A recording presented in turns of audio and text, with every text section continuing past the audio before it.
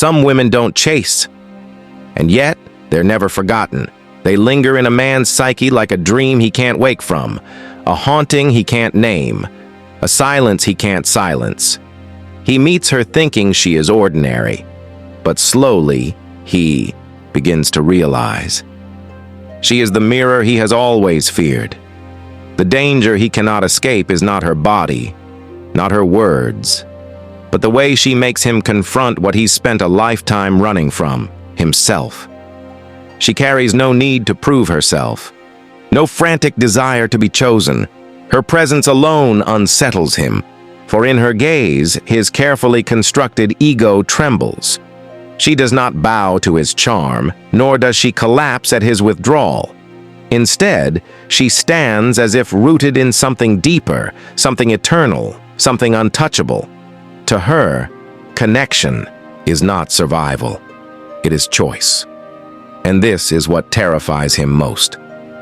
Carl Jung once said that what a man calls his fate is often nothing but his own unconscious. In her presence, his unconscious awakens.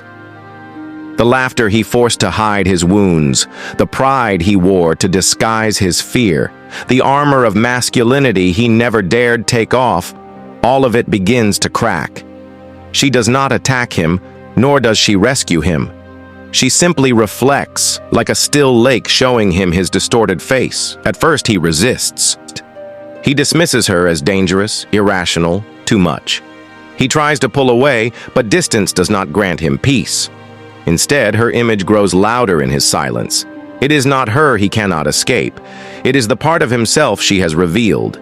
He begins to notice something unsettling. The more she withdraws, the more he obsesses. Her absence feels like a wound, yet he cannot admit this hunger without betraying the ego he clings to.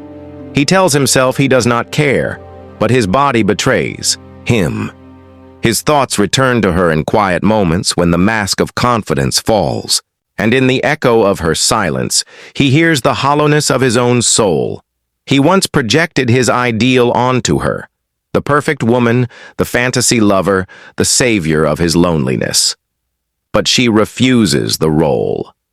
She does not conform to his script. She does not collapse under his neglect, nor does she inflate his fragile pride. Her refusal is not rebellion, it is self-possession. And in that moment, his projection collapses, leaving him face to face with his own emptiness. This is the danger he cannot escape. She dismantles the illusion, not with anger, but with presence. By simply existing in her wholeness, she becomes the mirror that no man can shatter.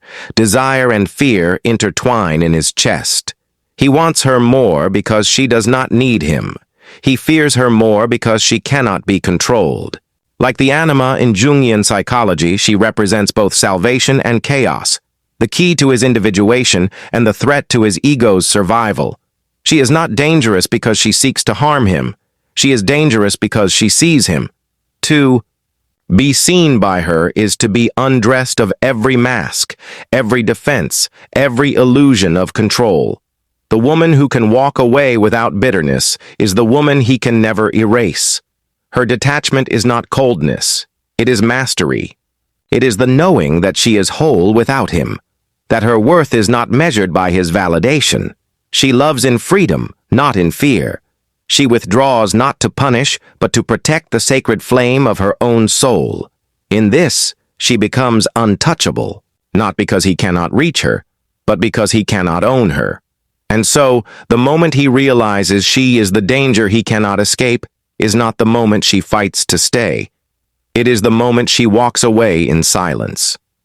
For the woman who leaves without begging, without breaking, without noise, is not weak. She simply sees more. Would you like me to weave in more mythic or symbolic imagery, like Persephone, Lilith, or archetypal feminine figures, to heighten the poetic mystical tone, or keep it grounded in psychological realism for maximum relatability?